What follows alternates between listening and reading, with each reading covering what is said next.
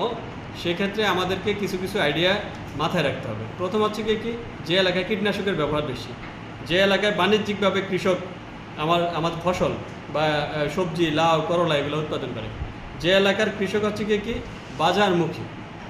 বাজারমুখী কৃষির সাথে তারা বা কৃষিকে বাণিজ্যিক কৃষিতে রূপান্তরের জন্য আগ্রহী, সেই ধরনের কৃষককে করতে হবে। তাহলে কীটনাশক বেশি ব্যবহার করলে আমি যখন স্কুলে ক্লাস নিব তাকে কীটনাশক ব্যবহার কমানোর জন্য পরিমিত পরিমাণে বালাইনাশক ব্যবহার এবং অর্গ্যানিক ফার্টিলাইজার বা জৈব সার যেটা, এটার ব্যবহার বৃদ্ধির ব্যাপারে জোর দিতে হবে।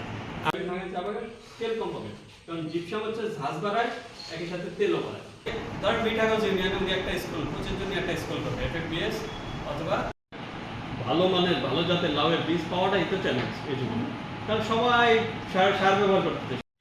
FFBS মানে ফিল্ড ফার্মার বিজনেস স্কুল।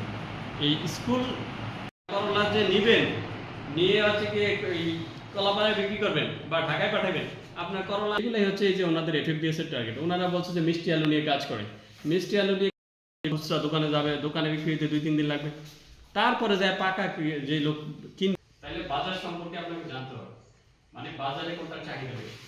আপনাকে তো আপনি টমেটো চাষ করবেন, আপনি টমেটো পাঠাবেন কোথায়? ঢাকাতে।